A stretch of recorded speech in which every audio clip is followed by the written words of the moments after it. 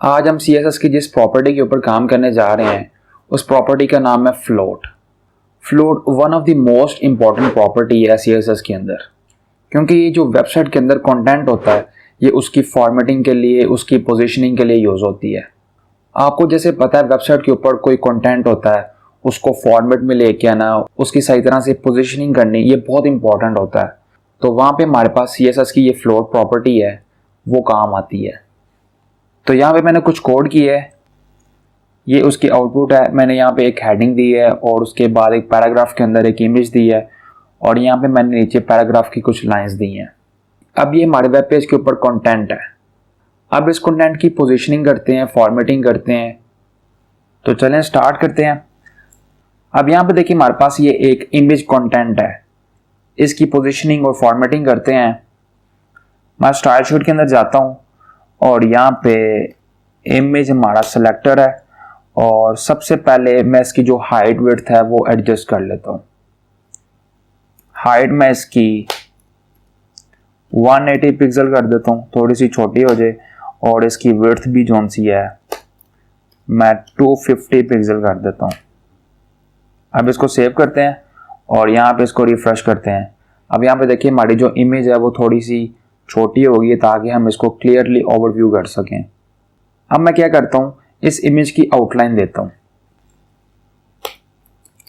Outline इसको मैं 2 pixel value देता हूँ और ये सॉलिड हो, और उसके बाद इसका कलर मैं रेड दे देता हूँ। इसको सेव करते हैं। तो अब ये देखें उसकी आउटलाइन भी हमें शो होगी है। अब इसी तरह यहाँ पे देखें हमारे पास जो पैराग्राफ है उसकी आउटलाइन देते हैं।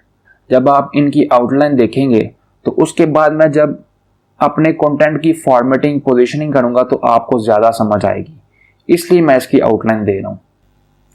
अब इसी तरह मैं पैराग्राफ और यहाँ पे आउटलाइन इसकी 2 पिक्सल सॉलिड और ब्लैक दे देता हूँ। सेव करता हूँ और यहाँ पे रिफ्रेश। अब यहाँ पे देखिए हमारे पास पैराग्राफ है, उसके अंदर इमेज है और यहाँ पे पैराग्राफ की लाइंस हैं। अब यहाँ पे देखिए पैराग्राफ के अंदर हमारे पास ये इमेज है। अब मैं इसकी फॉर्मेटिंग करता हूँ और फ्लोट प्रॉपर्टी यूज करता हूँ और उसको मैं वैल्यू लेफ्ट दे देता हूँ। अब मैं यहाँ पे फ्लोट प्रॉपर्टी यूज करता हूँ और इसकी मैं वैल्यू लेफ्ट कर देता हूँ। इसको मैं सेव करता हूँ और यहाँ पे इसको रिफ्रेश करता हूँ। तो जैसे ही मैंने फ्लोट की जो वैल्यू है लेफ्ट दी है, तो जो हमारे पास इमेज एक कंटेंट था इस पेज के ऊपर, उसकी फॉर्मेटिंग लेफ्ट हो गई है। अब अगर मैं इसको यहाँ पे राइट वैल्यू देता हूँ तो अब ये राइट पे शिफ्ट हो जाएगा। यहाँ पे देखें अब इसकी जो पोजीशनिंग है, फॉर्मेटिंग है इस कंटेंट की, वो राइट पे हो गई है। यहाँ पे मैं थोड़ा सा मार्जिन भी दे देता हूँ राइट के लिए और बॉटम के लिए। मार्जिन मैं यहाँ पे राइट का 10 पिक्सल कर देता हूँ और बॉटम का भी दे देता हूँ। मार्जिन बॉटम इसको भी मैं 10 पिक्सल वैल्यू दे देता हूँ। इसको यहाँ पे अब रिफ्रेश करते हैं। तो अब यहाँ पे देखिए हमारे पास ये जो कंटेंट है इसकी फॉर्मेटिंग हो गई है, इसकी पोजीशनिंग हो गई है। अब ये हमारे पास ये पूरा पैराग्राफ है जिसकी आउटलाइन आपको नजर आ रही है ब्लैक कलर की।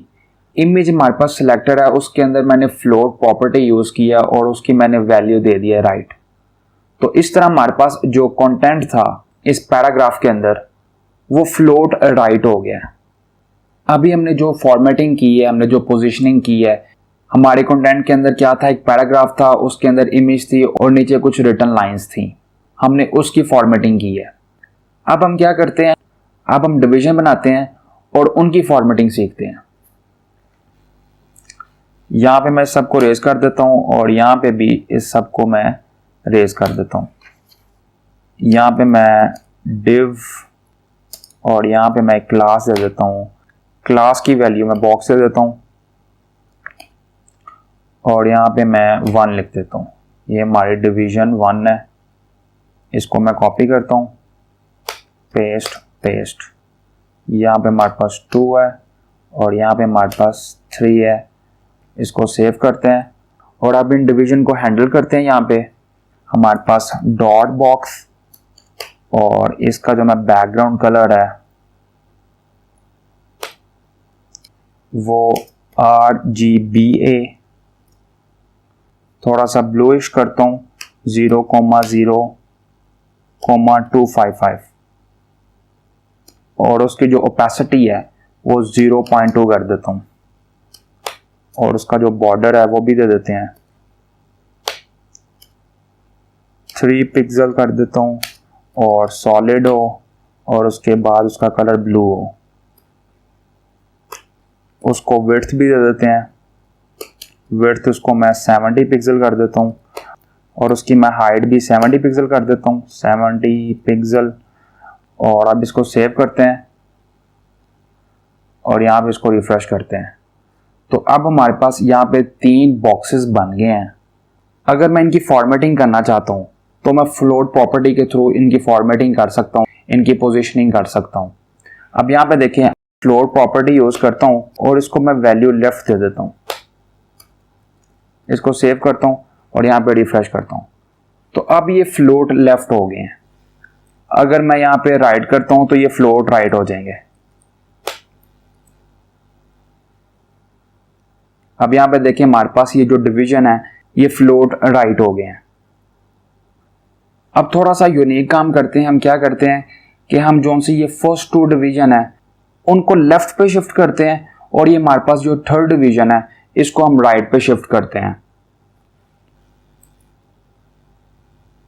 अब यहाँ पे हमारे पास जो बॉक्स 3 है उसकी मैं आईडी दे देता हूँ और यहाँ पे मैं बॉक्स 3 लिख देता हूँ, इसको सेव करते हैं और यहाँ पे मैं बॉक्स 3 को हैंडल करता हूँ और यहाँ पे मैं उसको कह देता हूँ फ्लोट। इस बॉक्स को मैं राइट पे करना चाह रहा हूँ तो राइट हमारे पास वैल्यू है और जो फर्स्ट 2 बॉक्सेस हैं वो लेफ्ट पे हो जाए। सेव करते हैं और इसको अब रिफ्रेश करते हैं। अभी हमारे पास जो फर्स्ट 2 डिविजन्स हैं इनकी फॉर्मेटिंग लेफ्ट पे है और ये जो हमारे पास थर्ड डिवीजन है इसकी फॉर्मेटिंग, इसकी पोजीशनिंग मैंने राइट पे कर दी है। और इस तरह आप CSS के अंदर फ्लोट प्रॉपर्टी यूज कर सकते हैं और अपने कंटेंट को पोजीशन दे सकते हैं, उनकी फॉर्मेटिंग कर सकते हैं। अगर आपका कोई भी क्वेश्चन है इस टॉपिक के रिलेटेड, आप कमेंट में क्वेश्चन कर सकते हैं, मैं उसका आंसर जरूर करूंगा। अगर आपको इस वीडियो में कुछ भी सीखने को मिला है या ये वीडियो आपको सीखने लायक लगी है तो मेरे चैनल को जरूर सब्सक्राइब करें और बेल आइकन को लाजमी प्रेस करें। आपको मेरे साथ कांटेक्ट करने के सोशल लिंक डिस्क्रिप्शन में मिल जाएंगे। तो मिलते हैं नेक्स्ट वीडियो में।